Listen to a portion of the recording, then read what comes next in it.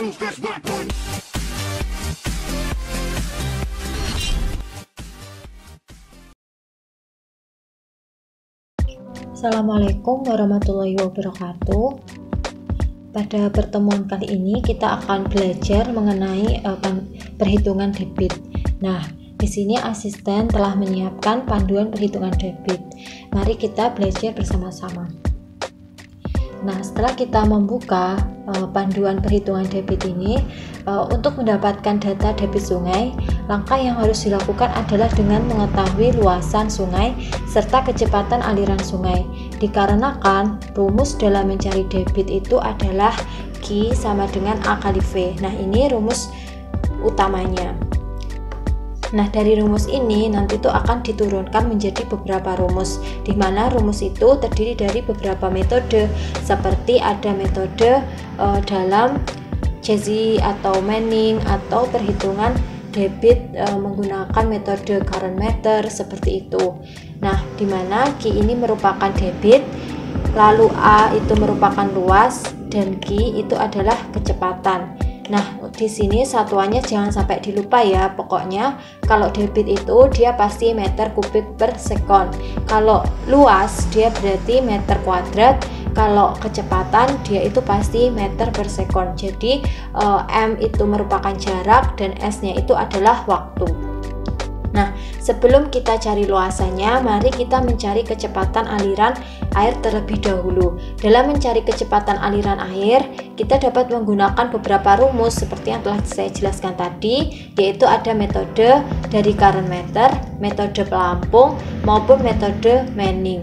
Untuk yang pertama ini, mari kita coba perhitungan kecepatan metode current meter untuk memudahkan dalam mendapatkan data debit. Nah, di sini kita akan mencoba untuk mencari kecepatannya terlebih dahulu agar kita dapat memperoleh data debit yang akan kita cari nanti.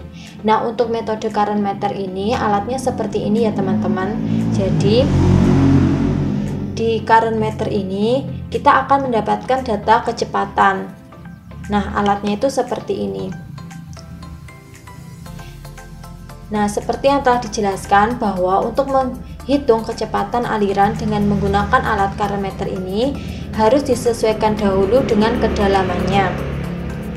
Maka langkah selanjutnya adalah harus dilakukan mengukur kedalaman sungai. Setelah kedalaman sungai itu diketahui, langkah selanjutnya yaitu mengetahui nilai kedalamannya berdasarkan gambar di bawah ini.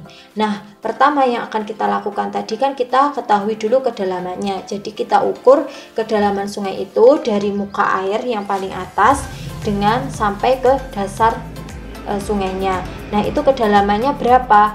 Itu harus disesuaikan agar nilai kedalamannya itu nanti tepat dan perhitungan dari current meternya itu kecepatannya itu juga tetap tepat. Nah, kenapa? Karena kecepatan aliran air itu berbeda-beda ya teman-teman. Jadi antara kecepatan di pinggir sungai, di tengah sungai, maupun di atas maupun di bawah, nah itu kecepatannya berbeda-beda. Untuk itu metode current meter ini mencoba sedemikian rupa agar hasilnya itu bisa akurat seperti itu. Nah, misalnya di sini kedalaman sungai kan ada 0 sampai 0,6 meter. Nah, kalau kedalamannya 0 sampai 0,6 meter, nanti akan menggunakan nilai kedalamannya itu cuma 0,6 D.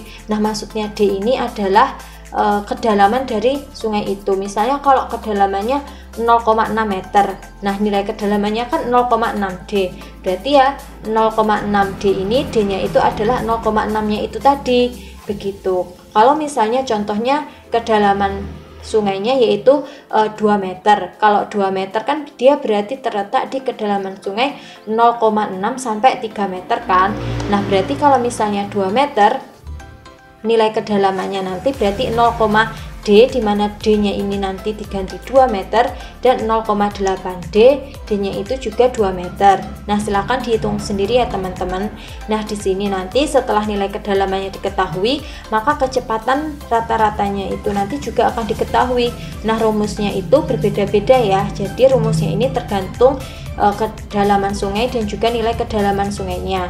Jadi nanti kecepatan rata-ratanya ini disesuaikan seperti itu. Nah, perlu diingat bahwa kecepatan rata-rata ini masih dalam satu bagian sungai aja, bagian section aja.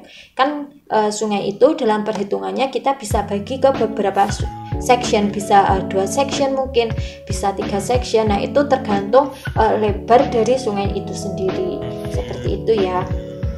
Nah, ini ada contohnya. Sebagai contoh, diketahui sungai itu memiliki kedalaman 4 meter, maka nilai kedalaman yang akan digunakan adalah 0,2D, 0,6D, dan 0,8D. Nah, diingat-ingat ya, kedalamannya tadi adalah 4 meter. Maksud dari nilai kedalaman adalah suatu nilai yang digunakan untuk menentukan letak kedalaman alat karometer yang akan dipasang. Perlu teman-teman ketahui bahwa semakin ke dalam maka kecepatan aliran sungai juga akan semakin mengecil, dan semakin ke atas maka kecepatan aliran sungai akan semakin cepat. Untuk itu mengapa peletakan alat karometer ini diletakkan di ketinggian yang berbeda-beda, sehingga alat kedalaman atau D sungai 4 meter, maka pemasangan alat karometernya ada di kedalaman 0,2D seperti yang di atas ini, dan juga 0,6D serta 0,8D, dimana D-nya ini diisi 4 meter ya teman-teman. Nah, setelah D-nya ini diisi 4 meter, maka setelah dioperasionalkan dengan perkalian, maka ternyata current meternya itu harus diletakkan di kedalaman 80 cm, kedalaman 240 cm, dan kedalaman 320 cm. Nah, hasil dari current meter itu apa? Hasilnya nanti berupa bunyi, dan nanti kan kita sesuaikan waktunya berapa. Misalnya dalam 1 menit itu current meter dipasang di kedalaman 80 cm memiliki bunyi misalnya 40, berarti nanti 40/60. Nah, 60 nya itu nanti berdasarkan waktu ya, jadi kan 1 menit kan ada 60 detik seperti itu. Nah, ini ya, setelah current meter dipasang ke letak kedalaman tersebut, maka dapat langsung dilakukan pengukuran. Data yang didapatkan nanti berupa bunyi seperti yang aku jelaskan tadi dari karometernya, dimana ketika diketahui misalnya letak 0,2D atau letak 80 cm itu ada 50 bunyi dalam 1 menit, atau letak 0,6D itu ada 45 bunyi dalam 1 menit, dan letak 0,8D itu ada 40 bunyi dalam 1 menit. Maka untuk mengetahui kecepatan per letak current meternya nanti adalah, diingat-ingat ya, kecepatan itu simbolnya adalah V. Nah, V 0,2D tadi kan ada 50 bunyi dalam 1 menit, berarti 50/60 detik atau sama dengan 0,83 meter per detik. Begitu selanjutnya hingga sampai ke 0,8D. Nah, ini ya, yang di merah ini perlu diingat bahwa semakin ke dalam maka kecepatan aliran akan semakin kecil, dan perlu diingat itu masih belum kecepatan total dari seluruh sungainya. Nah, yang di sini tuh masih baru kecepatan per section aja. Jadi kan tadi aku bilang kalau sungai itu bisa dibagi-bagi menjadi beberapa section, karena per section itu atau per bagian sungai itu dia memiliki kecepatan yang berbeda-beda. Nah, bisa dibayangkan ya teman-teman, seperti itu kondisinya. Itu masih merupakan kecepatan per letak, jadi itu masih kecepatan per sectionnya tadi, kayak gitu. Nah, untuk mengetahui kecepatan total section di V0,2D, V0,6D, dan V0,8D, maka kita itu harus menggunakan rumus di atas sesuai dengan kedalaman kita. Karena tadi 4 meter, maka rumus yang akan digunakan itu adalah yang ini. V sama dengan 0,25 buka kurung V0,2 ditambah V0,6 ditambah V0,8. Maka langsung saja kita hitung. Tadi kan kita pakai rumusnya yang V sama dengan 0,25, V0,2 ditambah V0,6 dan V0,8 ya teman-teman. Nah, kayak gitu, tinggal operasionalnya dimasukkan aja. Hasilnya kan tadi ini 0,83, 0,75, 0,66 dikali 0,25. Hasilnya adalah 0,56 meter per sekon. Nah, ya maaf ya teman-teman, rame. Nah, kalau sudah seperti itu, maka kalian sudah bisa mengerjakan kecepatan dengan metode current meter. Selanjutnya langsung kita masuk ke dalam contoh soal sesuai dengan keadaan di lapangan ya, sekaligus mari kita cari kecepatannya. Nah, ini teman-teman diketahui ada sungai. Di sini tuh contoh sungai ya. Ini ilustrasi dari sungai, di mana sungai ini memiliki lebarnya itu 6 meter dan ketinggiannya itu ada 6 meter. Nah, karena dia lebarnya itu 6 meter, maka sungai ini dapat dibagi per section itu menjadi 2 meter. Jadi kan kalau 6 dibagi 2 berarti kan nanti ada 3 section. Jadi per sectionnya nanti dibagi menjadi 2 meter kayak gitu, sehingga harus dibagi per section untuk meminimalisir distorsi. Distorsi itu kesalahan ya dari kecepatan real atau kecepatan nyatanya yang ada di lapangan, sehingga menjadi gambar di bawah ini, dimana D1 dan D2 itu kebetulan ketika kita mau ke 8 itu kebetulan sama. Ini contoh aja, contoh sederhana ya teman-teman. Nah, kayak gini. Jadi dibagi menjadi 3 section karena tadi lebarnya itu ada 6 meter. Jadi ada 2 meter, 2 meter, 2 meter. Tingginya, kedalamannya ini kebetulan sama 6 meter. Jadi D1 sama D2 ini 6 meter. Karena kedalaman sungai itu 6 meter, maka nilai kedalaman sungai seperti yang telah dijelaskan sebelumnya, nilai kedalaman bergantung kepada kedalaman sungai, maka alat current meter yang akan dipasang itu nanti ada di ketinggian 0,2D, 0,6D, dan 0,8D. Nah, D-nya ini 6 meter ya. Berarti kalau 0,2D berarti ada di ketinggian 120 cm. Kalau 0,6D itu nanti ada di kedalaman 360 cm, dan kalau di 0,8D nanti ada di kedalaman 480 cm. Sehingga nanti gambarnya seperti ini, ada V0,2, V0,6 dan V0,8. letaknya ini nanti di meteri ya, meterinya bisa pakai alat ukur seperti itu. Nah, setelah dilakukan pengukuran bunyi, setelah kita lakukan pengukuran pakai alatnya, ketika kita sudah memasang alatnya itu, ternyata pada D1 ini V0,2 nya 4 meter, V0,6 nya 5 meter per detik, V0,8 nya 6 meter per detik, dan D2 nya di D2 itu kecepatannya seperti ini, juga sudah ketemu. Maka perhitungannya tinggal dimasukkan. V kecepatan ketika di D1 itu adalah ketemu 3,75 meter per detik. Nah, kecepatan ketika di V D2 itu ketemu ada 3 meter per detik. Nah, dari sini bisa ketahuan kan kalau per section itu, per section seperti yang ada di atas tadi, mana tadi? Yang ini section ini itu di section sini sama di section sini sama sini, di D1 sama di D2 ini memiliki kecepatan yang berbeda-beda. Nah, kenapa tadi kita lakukan 2 kali pengukuran? Ya karena kecepatannya itu pasti berbeda. Nah, perbedaannya ini biasanya juga tidak signifikan, perbedaannya itu biasanya kecil atau sedikit ya, gitu. Nah, sekarang kita coba perhitungan debit. Tadi kan kita masih menghitung kecepatan aja. Nah, perlu diingat kalau debit tadi kan rumusnya Q sama dengan V atau kecepatan dikali luas, ya kan? Nah, tadi kita baru ketemu V-nya aja, V rata-ratanya aja. Berarti kita memerlukan data luasan, gitu ya. Karena kan Q sama dengan V kali A. Gitu.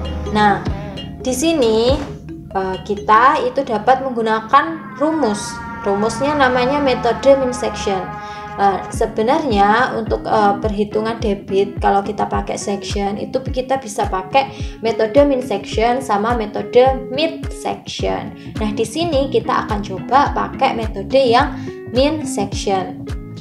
Nah, sebelum itu langkah pertama yang harus dilakukan adalah menghitung tiap luasan seksi terlebih dahulu, yaitu kita harus mengetahui luas seksi A, B, dan C, dimana formula untuk mencari luas metode min section itu adalah AN sama dengan DN plus DN plus 1 per 2 dikali BN plus 1. Setelah nanti luasnya sudah diketahui, maka kita akan menggunakan rumus debit itu Qn sama dengan luas A Vn plus Vn plus 1. Nah, sekarang kita cari luas seksi di sungai yang tadi, itu kita cari luasan dari section A atau seksi A. Seksi A itu dia luasnya, kalau kita pakai rumus yang ini, berarti kan kita butuh data dn plus dn plus 1 per 2 dikali bn plus 1 kan. Nah, di sini tuh karena kita itu pakainya ada dua section tadi, D1 dan D2, karena ini dn plus 1 per 2. Nah, berarti kita pakainya data dn itu, kalau kita yang di sini kan berarti dn-nya itu yang 0. Di sini kan nggak ada. Berarti kita pakainya D0 plus D1. Di sini D1 per 2 dikali B1. B1 yang ini. B1 itu kalau namanya di sini rumusnya BN plus 1. Nah, kenapa kok aku tulis B1? Karena di sini itu masih ke section yang 0. Berarti B0 plus 1. 0 plus 1 kan berarti 1. Berarti B1. Kalau yang di sini karena dia section 1 berarti B1 plus 1. 2. B2. Kalau yang di C berarti B section 2 plus 1, BN plus 1, B2 plus 1, berarti B3. Seperti itu. Nah, di sini luasnya gini ya. Jadi D0 itu 0 meter per second karena dia nggak ada kecepatan yang di sini. Nggak kita pasang section tadi. Nah, kita anggap aja 0 plus 3,75 meter per second. Nah, ini data dari sebelumnya. Data yang di atas tadi ketika kita sudah mencari kecepatan tadi, ini 3,75 ya. Sedangkan yang di 2 nanti adalah 3 meter per detik. Yang di sini tadi 3,75 meter per second dibagi 2, rumusnya dikali 2 meter dari section A ini sama dengan hasilnya 3,75. Nah, debitnya ini di metode min section itu dia udah punya rumus sendiri. Nah, rumusnya itu adalah A luasan ini V D0 plus V D1 per 2.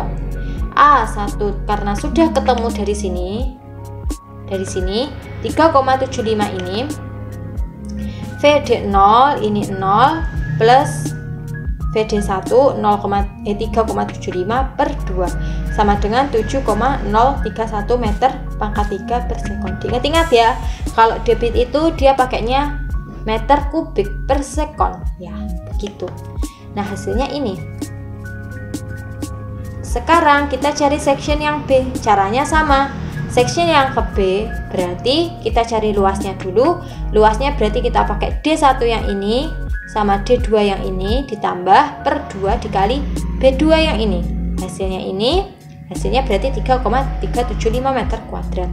Debitnya berarti A2 tuh yang ada di sini tadi, yang ini 3,375. VD1 tadi diketahui 3,75 ditambah VD2 itu 3 per 2, hasilnya adalah ini debitnya 11,390 meter kubik per sekon. Sama caranya dengan section yang C. Di section C itu berarti kita pakainya D2 ditambah yang di sini D0 ya, ini ya, bukan 3, ini D3 berarti D3 ya.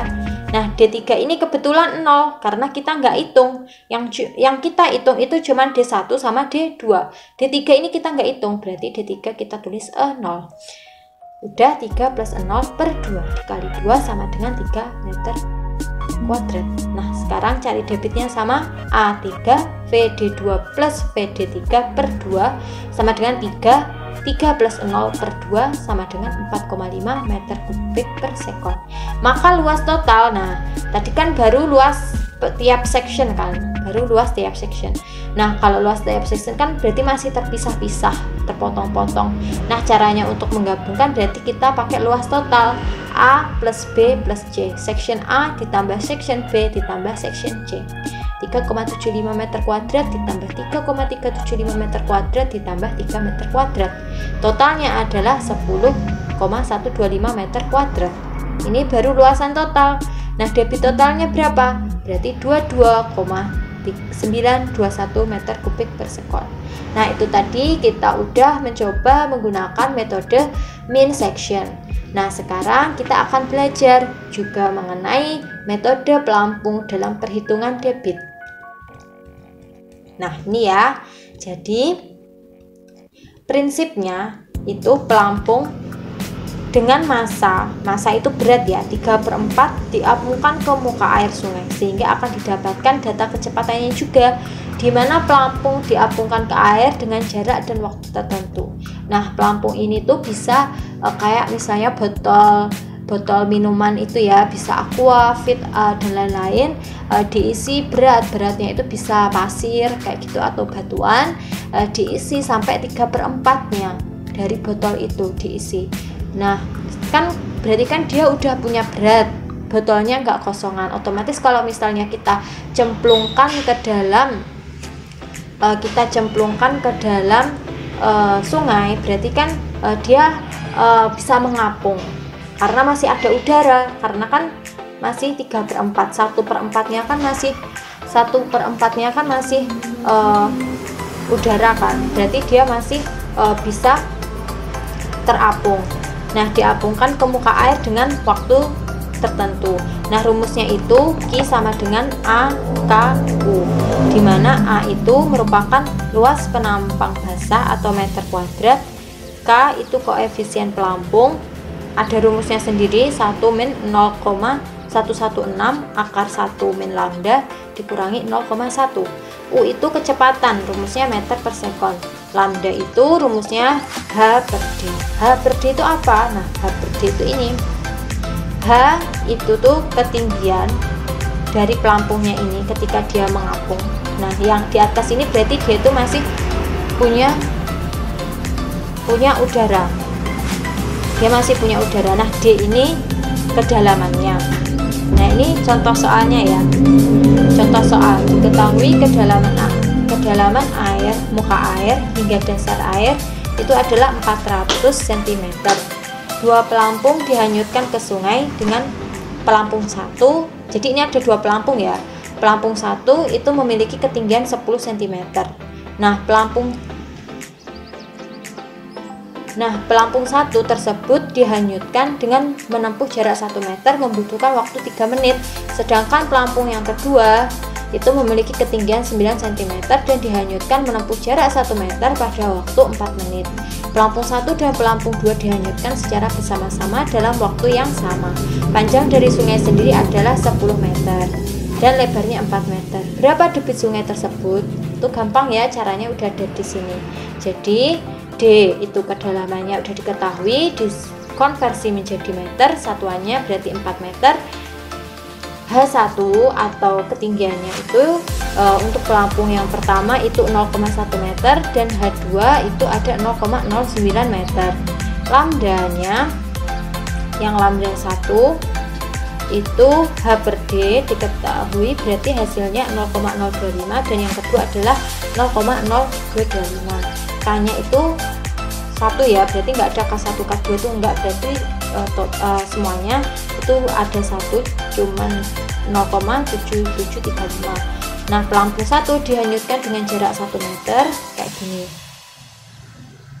Berarti jarak per waktu ya. Kalau mencari kecepatan itu jarak per waktu, berarti kecepatan yang pertama atau V1 itu 0,0055 meter per detik. Nah, kalau yang kecepatan 2, maaf ini 2, ini berarti 0,0041 meter per detik. P itu panjang, L itu lebar, 10 sama 4, berarti luasnya adalah 40 meter kuadrat karena dikali. Nah, Q1 rumusnya AKU, paling gampang kita nyingkatnya aku gitu ya rumusnya. Nah, itu ketemu 0,1701 meter kubik per detik. Yang kedua itu ketemu 0,1268 meter per detik. Nah, di sini setelah ketemu kayak gini, nah ini kita rata-rata. Jadi Q1 berarti kayak gini ya, Q1 ditambah Q2. Nah ini mereka dibagi, ini mereka ya, berarti kan kayak gini. Ini untuk mencari debitnya, dibagi 2. Nah hasilnya berapa, nanti silahkan dicari. Nah hasil dari ini itu berarti dari kecepatan total dari pelampung itu. Sekarang kita akan perhitungan debit menggunakan rumus Manning. Sama sebenarnya, pakainya debitnya Q sama dengan A kali V, dimana A itu kayak gini, udah diketahui rumusnya. Nah 1/N plus R 2/3 plus S1/2 ini itu data V-nya, kecepatan. Nah penjelasannya ada di bawah ini ya. Selanjutnya, nah ini kita langsung masuk ke contoh soal aja. Contoh soal kayak gini, A yang di sini itu diketahui 6 cm atau 0,06 meter, yang B itu 0,1 meter. Luasnya, luas semuanya ini 30 meter kuadrat. Perimeter tuh panjangnya itu 2 meter. Nah panjang L-nya itu 15 meter. Nah keadaan lingkungan sungainya itu perlu diperhatikan kalau metode Manning. Dimana keadaan lingkungan sungai itu misalnya seperti ada tanaman enggak, tanamannya banyak atau sedikit. Nah mendernya gimana, pengaruh bangunannya ada enggak, di situ ada bangunan enggak, terus alirannya tuh seragam atau enggak, ada backwater effect enggak, kayak gitu harus diperhatikan. Nah kalau udah, nah ini tuh udah ada rumusnya, nanti silahkan dicek di PowerPoint ya. Nah ditanyakan debitnya, ya gampang, tinggal kita masukkan R itu A per P, ketemu 15 meter, S itu B min A per L, ini kurang per L, ini hasilnya 0,002. Nah ini ketemu Q itu berarti 64,6 meter kubik per detik. Nah itu berarti ada beberapa metode dalam perhitungan debit, silahkan dipelajari, dan apabila ada pertanyaan silahkan ditanyakan ke asisten. Mungkin sekian dari saya, apabila ada kurang lebihnya mohon maaf. Wassalamualaikum warahmatullahi wabarakatuh. No, I won't forget. I'll just talk.